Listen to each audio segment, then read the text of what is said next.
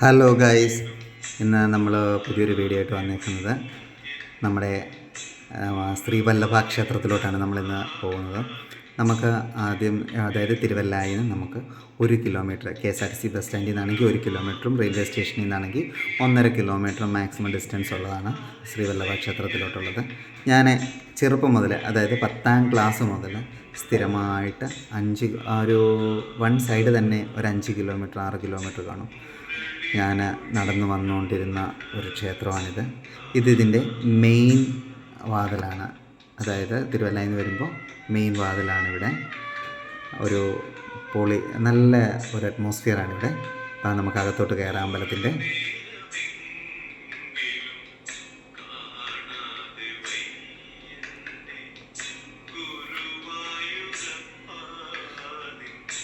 നമുക്ക് ഇനിയും ഇവിടെ മാലയൊക്കെ കൊടുക്കുന്ന ഒരു സ്ഥലമുണ്ട്, അതായത് അമ്പലത്തിൻ്റെ തൊട്ട് ഫ്രണ്ടിൽ തന്നെ, അതായത് 2 സൈഡിലായിട്ടാണ് ഇരിക്കുന്നത്. ഇന്നിപ്പം ഞാനൊരു 10-11 മണിയൊക്കെ ആയപ്പോഴാണ് ഈ അമ്പലത്തിൽ വന്നത്.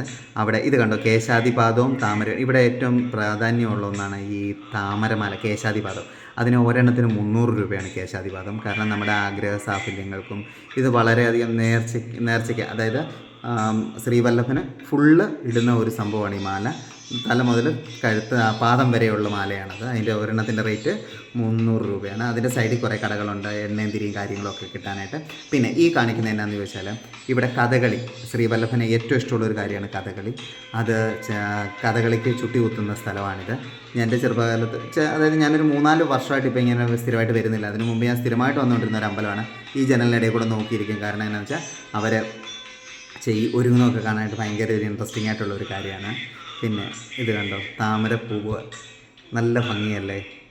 ഞാൻ അവിടുന്ന് ഒരു താമരമാലയും അതുപോലെ തന്നെ ഒരു താമരയും, അതിന് 50 രൂപയാണ് റേറ്റ്. അത് വാങ്ങി നട വെക്കാനായിട്ട് നമുക്ക് അകത്തോട്ട് കയറാം.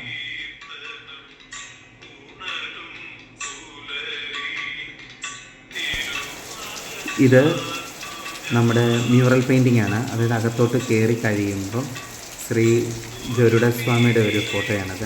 ഇത് നമ്മുടെ പഴയ ട്രഡീഷണലായിട്ടുള്ള കാര്യങ്ങളാണ് ഇവിടെ എല്ലാം ചെയ്തേക്കുന്നത്. ഇവിടെ നല്ല മഴയാണ്.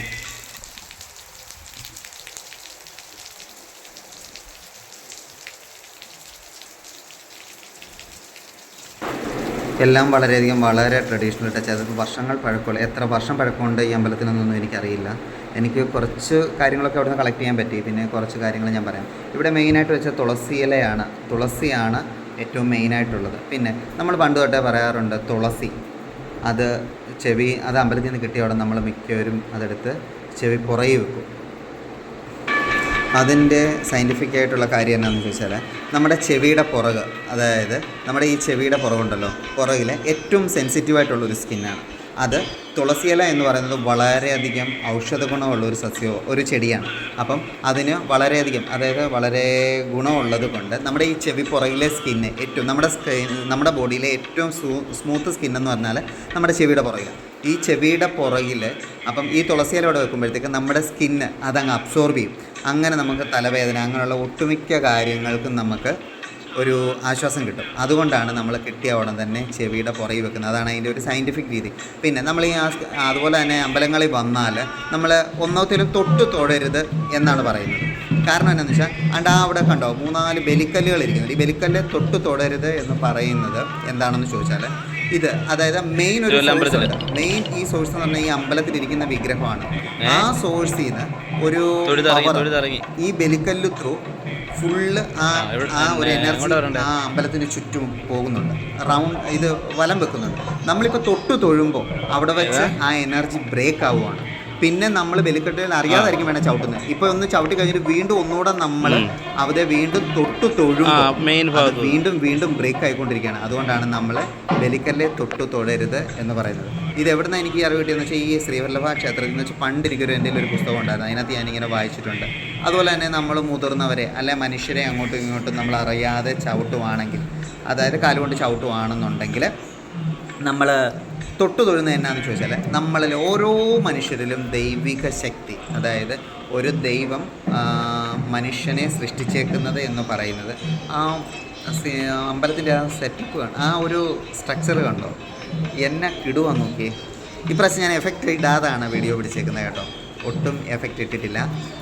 അപ്പം നമ്മൾ പറഞ്ഞു വിടുന്നത് എവിടെയെന്ന് വെച്ചാൽ നമ്മൾ തൊട്ട് തൊഴുന്ന കാര്യമാണ് പറഞ്ഞത്. അതായത് മനുഷ്യനെ ദൈവത്തിൽ നിന്നും ഒരു കുറച്ച് എനർജി ഒരു പവർ കുറച്ച്, അതായത് ഒരു തൊട്ട് താഴെയാണ് ദൈവം കഴിഞ്ഞാൽ പിന്നെ തൊട്ട് താഴെയാണ് മനുഷ്യൻ. ആ മനുഷ്യനിലെ ഓരോരുത്തരിലും, ഇപ്പം ഞാനാണേലും നിങ്ങളാണേലും ആരിലാണേലും ദൈവത്തിൻ്റെ ഒരു ശക്തി മനുഷ്യനിലുണ്ട്. അപ്പം ഓരോ മനുഷ്യരും ദൈവങ്ങളാണ്. അപ്പോൾ അതുകൊണ്ടാണ് ഒരു മനുഷ്യനെ ചവിട്ടിയ ഉടൻ തന്നെ ദൈവത്തിൻ്റെ അംശം നമ്മളിലുള്ളത് കൊണ്ടാണ് തൊട്ടുകൊടുക്കുന്നത്. പിന്നെ ഇവിടെ ഒരു അപ്പച്ചൻ ഉണ്ടായിരുന്നു, ഒരു അച്ഛൻ ഇരുന്ന് നാഗ സംഭവം ഇത് പാടുന്നുണ്ട്.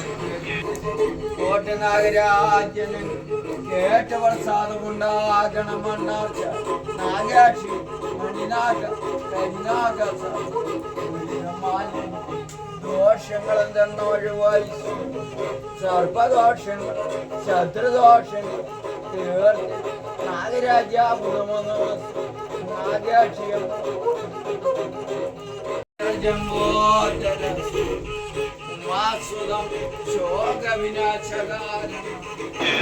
ഇത് ഗണപതിയുടെ കോവിലാണ്.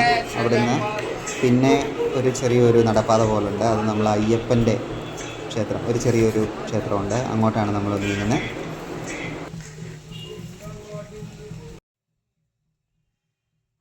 ഇപ്പം ആ അമ്പലത്തിൻ്റെ സൈഡൊക്കെയാണ്. പിന്നെ ഇതെങ്ങനെയാണ് ഈ ക്ഷേത്രം, പണ്ട് ഞാൻ കേട്ടിട്ടുള്ള ഒരു അറിവാണ്.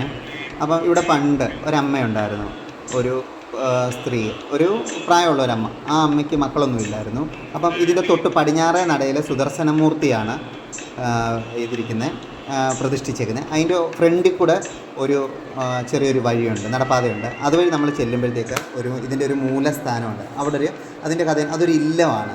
ആ ഇല്ലത്തൊരു അമ്മയുണ്ടായിരുന്നു. എന്നോട് പണ്ട് ഞങ്ങളുടെ വല്യമ്മ പറഞ്ഞാണ്. അപ്പോൾ അവിടെ ഒരു വല്യമ്മയുണ്ടായിരുന്നു. വല്യമ്മ അന്ന് പിന്നെ ഒരു തുകലാസുരൻ എന്ന് പറഞ്ഞിട്ടൊരു അസുരൻ നമ്മുടെ ഈ തിരുവല്ല ആ ഭാഗത്ത്, ഈ അമ്പലങ്ങളുടെ ഭാഗത്ത് കുടിയേറി പാർക്കുന്നുണ്ട്. ആ പുള്ളി ഉണ്ടായിരുന്നു. അപ്പോൾ ഈ പുള്ളി ഭയങ്കര ബുദ്ധിമുട്ടായിരുന്നു നാട്ടുകാർക്കെല്ലാം. കാരണം പുറത്തിറങ്ങുന്നവരെല്ലാം തിന്നുന്നുണ്ട്. അപ്പോഴത്തേക്ക് ഈ അമ്മ പുറത്തോട്ടൊന്നും ഇറങ്ങത്തില്ലായിരുന്നു.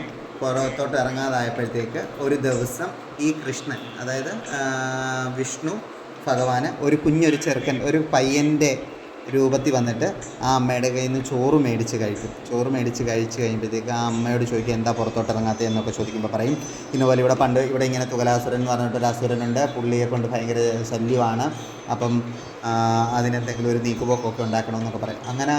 അങ്ങനെയൊക്കെ അത് കഴിഞ്ഞപ്പോഴത്തേക്ക് എന്ത് കൊടുക്കുന്നറിയോ, ഇത് കേട്ട ഈ കൊച്ചു പയ്യൻ, അതായത് വിഷ്ണു ഭഗവാന് ആ തുകലാസുരൻ്റെ തൊലി ഉരിഞ്ഞിട്ട് എടുത്തെറിയും. അത് എടുത്തെറിഞ്ഞുണ്ടാകുന്ന സ്ഥലമാണ് തുകലശ്ശേരി എന്നാണ് വെയ്പ്പ്. തുകലശ്ശേരി അതിൻ്റെ തൊട്ടടുത്തുള്ള സ്ഥലമാണ്. പിന്നെ ഇതിൻ്റെ അതുകൊണ്ട് അത് കാണുന്ന വഴി കണ്ടോ, അങ്ങനെയാണ് തുകലശ്ശേരി ഉണ്ടായെന്നാണ് പറയുന്നത്. പിന്നെ ഇതിനകത്ത് എത്രത്തോളം സത്യാവസ്ഥയുണ്ടെന്നൊന്നും എനിക്കറിയത്തില്ല, എങ്കിലും ഞാൻ കേട്ടിട്ടുള്ള ഒരു കഥയാണ്. പിന്നെ ഈ തുകലാസുരവധം കഴിഞ്ഞിട്ട് പിന്നെ ദൈവം, അതായത് വിഷ്ണു ഭഗവാൻ ഇവിടെ കയറി നിൽക്കുന്നു എന്നാണ്. അതായത് ഇവിടെ നിൽക്കുന്ന ഒരു വിഗ്രഹമാണ്. പിന്നെ പിന്നെന്താണ് ഇവിടെ പിന്നെ ശ്രീവല്ലഭൻ ഏറ്റവും ഇഷ്ടമുള്ള കഥകളിപ്രിയൻ എന്നാണ് അറിയപ്പെടുന്നത്. ദിവസവും മുടങ്ങാതെ കഥകളിയും അതുപോലെ തന്നെ അന്നദാനവും നടത്തുന്ന ഒരു ക്ഷേത്രമാണിത്. മുടങ്ങാതെ അന്നദാനമുണ്ട്. പിന്നെ ഇവിടെ ഇതിൻ്റെ പുറകിലായിട്ടൊരു ആന ഉണ്ട്. ആ ആനയ്ക്ക് മതപ്പാടായതുകൊണ്ട് ഞാൻ അങ്ങോട്ട് പോയില്ല. പിന്നെന്താണ്, പിന്നെ ഇനി മുതൽ എൻ്റെ യൂട്യൂബ് ചാനലുകളിൽ ഇനിയും ഇങ്ങനത്തെ സിനിമാ പാട്ട് വെച്ചിട്ടുള്ള ഒരു പരിപാടികളും വരത്തില്ല. കാരണം ഇന്നലെ ഞാനൊരു പാട്ടിട്ടുണ്ട്, എനിക്ക് കോപ്പിറൈറ്റ് വന്നിട്ടുണ്ട്. 2 കോപ്പിറൈറ്റ് അടിച്ച് അവർ കൈ തന്നിട്ടുണ്ട്. അതുകൊണ്ട് ഇനി യൂട്യൂബിൽ അങ്ങനത്തെ കാര്യങ്ങളൊന്നും തന്നെ പ്രതീക്ഷിക്കേണ്ട. ഇനി നമ്മൾ വളരെ സൈലൻ്റ് ആയിരിക്കും. അതുപോലെ തന്നെ ഇൻസ്റ്റഗ്രാമിലെല്ലാം അത് റിലേറ്റഡ് ആയിട്ടുള്ള വീഡിയോസൊക്കെ ഇടും. ഇനി ഇതിനകത്ത് വ്ളോഗ്സുകൾ മാത്രമേ കാണത്തുള്ളൂ. പിന്നെ ഏതെങ്കിലും രീതിയിൽ നിങ്ങൾക്ക് എന്നെ സപ്പോർട്ട് ചെയ്യാൻ പറ്റും എന്നുണ്ടെങ്കിൽ എനിക്ക് കമൻറ്റായിട്ട് നിങ്ങൾ അയച്ചു തരിക. എന്തെങ്കിലും നിങ്ങളുടെ അഭിപ്രായങ്ങളും എല്ലാം എനിക്ക് അയച്ചു തരിക. നിങ്ങളുടെ വാല്യുബിളായിട്ടുള്ള അഭിപ്രായങ്ങൾ ഞങ്ങൾ മാനിക്കുന്നതായിരിക്കും. അതുപോലെ തന്നെ ഞങ്ങളുടെ വീഡിയോസ് ഓരോ പ്രാവശ്യവും കൂടുതൽ ഭംഗിയാക്കാൻ ഞാൻ എൻ്റെ മാക്സിമം എഫേർട്ട് എടുക്കുന്നതായിരിക്കും. പിന്നെ എല്ലാവർക്കും ഒരു ശുഭദിനം ആശംസിച്ചുകൊണ്ട് കാണാം വീണ്ടും അടുത്ത വീഡിയോയിൽ. ബൈ.